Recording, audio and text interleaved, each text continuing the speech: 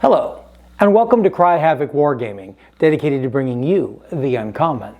For those of you who haven't met me yet, my name is Ron, and today we're going to do a review of Never Mind the Billhooks. So let's get started.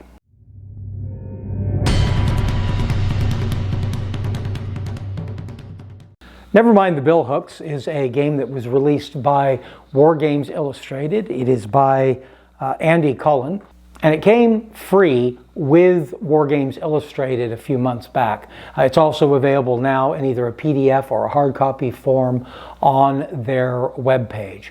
The book itself is very, very inexpensive, and it's rather inexpensively produced. It's much like a magazine. It's a glossy paper stapled together. The game itself is very good. It's a lot of fun. It has a long history of, or a long evolution of wargaming techniques. It's got a table set up that's based on H.G. Wells' original. One person decides what the scenery is, the other player decides what side of the table they're going to attack on. And recently a strong connection towards Sharp's practice. In fact, my understanding is that the author of this game played the War of the Roses version of Sharp's practice. That was done on the Silver Whistle blog many years ago. It was updated first by myself and then by some other gentlemen more fully for the new version of Sharp's practice. Much like Sharp's practice, the game is a heavy skirmish game. It's expecting to have about 100 figures on a side for what is a 100-point army. It is very simple, but still has a good deal of feel for the period. It is based on D6. It is a bucket of dice sort of game, so you're rolling a ton of dice for each person. There's saving throws based on the armor. Armor types go up with the type of soldier you are. Your basic non-exotic tropes are knights, light horse or scurriers, your men-at-arms, which are just dismounted knights, bills, pikes, archers, a number of skirmishing types, such as skirmishing archers, skirmishing handguns, crossbows, and then there's some exotics. Actually, the pikes would fit into the exotic mode, but there's also the use of gallow glasses or kerns. I'll be using kerns in a game we're going to be playing very shortly. Leaders or commanders, 3 stars, which give them their stats, or give them the only stat they have, really, how many orders they can provide. And they can order anybody within 6 inches of them. And most units cannot activate without an order.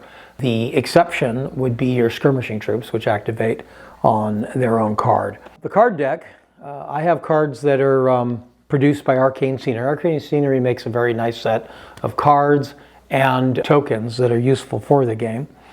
But it consists basically of 3 decks. There's your play deck. This deck has cards you fill out for each of your leaders and stars on the side that you mark for what level they are. There's also cards, the bonus cards, that cause you to pull from either the special effects deck or the bonus deck. The bonus deck is the one that most commonly comes up. The bonus deck has various things that can happen. You might get extra activations. You can get a whole new unit. Special events are a little rare. Special events can be sometimes pretty game-changing. There's some that just affect the weather. There's one treachery card, which causes a unit to change sides. That's something that happened a good deal in the War of the Roses, so it's nice that the game allows for it. 12 figures together for a foot unit is a company, but they can be put together to form either a line, side by side, or back and forth to be a block. If you're doing the block, you can also do combined arms, where you can put archers together with the pikes or the bills, as was often done in the field. Skirmishers work in bands. There's 6 of each, move on their own card. They don't have to have an order from their commander. Cavalry works in squadrons of 8 in a line. Movement is done simply by number of inches. Each of the different types have, well, most of them in fact have the same movement. It's usually 6 inches. There's a restriction for moving through heavy terrain. There's either terrain or there isn't. They don't really worry about what that terrain is so much, except that obstacles will stop your movement. Shooting is just done by rolling a series of dice. Every character has a certain number they have to beat. saving throws similar fashion based on the armor they're wearing. Morale works in a couple of different ways. There's disarray, that has to do with groups losing their structure. Crossing terrain can do that, can be a result of melee. And then there's daunted, which is usually a result of melee. Kind of like pinned in other games. You fall back and you can't do a lot. You're at negatives to hit, you're to keep making morale crisis rolls, as they call them in the game. As is fitting for a game of this nature, the morale crisis will affect units around you. If you're equal or higher quality of the units that see you collapse. So an army can just collapse immediately. It's kind of how the game goes. Typically you spend your time maneuvering into action, you shoot a couple arrows, you close into melee, and then things start falling apart.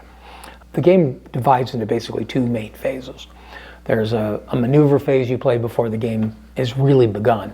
Maneuver, you just take turns alternating player to player, moving units to get in the position you want. You don't have to change what units are. You could move one unit and just keep moving it, or you can move all of your units. So you can try to get where you want to be before the battle begins. The battle officially begins once somebody shoots, charges, or that'll stop the maneuver phase. The group that does that does their action, and then you go into the card activated to the mainstay of the game. The game then consists of the card phase, telling each person when they activate. You keep doing so, going through the play deck until there's only one card left. The last card in the deck doesn't get played. If it's a commander, they miss their turn. And that's the luck of the draw. You then go and do your end of turn actions, or phase of the turn. Units that haven't been ordered, that aren't engaged, can shoot. Any group also has the option, unless it shoots, to remove a disarray if it has a disarray on it. Then you check for morale crisis and you go into turn 2. This is a fun game. It comes in action pretty quickly. The action is easy to work out. The melee, simply again, buckets of dice. Both sides roll simultaneously against each other and the effects are simultaneous. The game has restricted the effectiveness of the arrows. The arrows will do a lot of damage. They are very successful.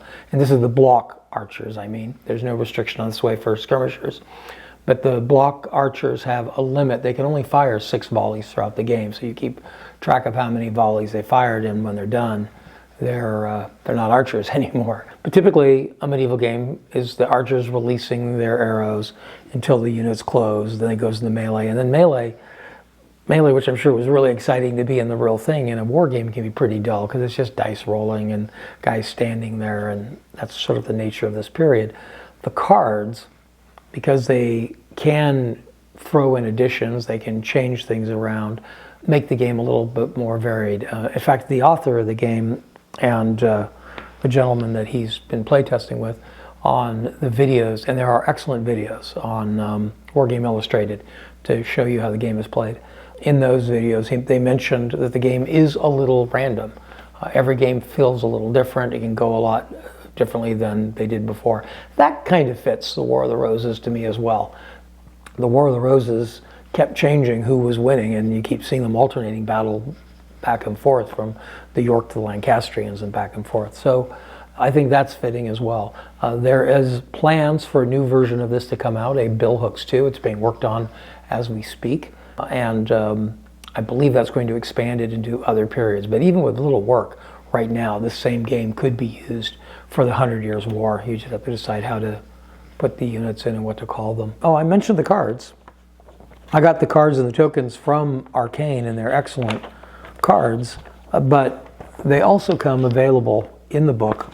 In the last couple of pages, there are copies of front and back of cards so that you could just print them out yourself and use your own if you want to go that route. As I mentioned, available on Wargames Illustrated in PDF or in hard copy. It's, I think, £7.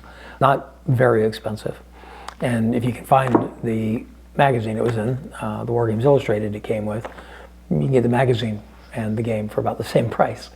So good investment, a lot of fun, and I hope some of you will give it a try. If you have any questions about the game, or you have the game yourself, or you do play it and want to make comments, please put those in the comment section down below.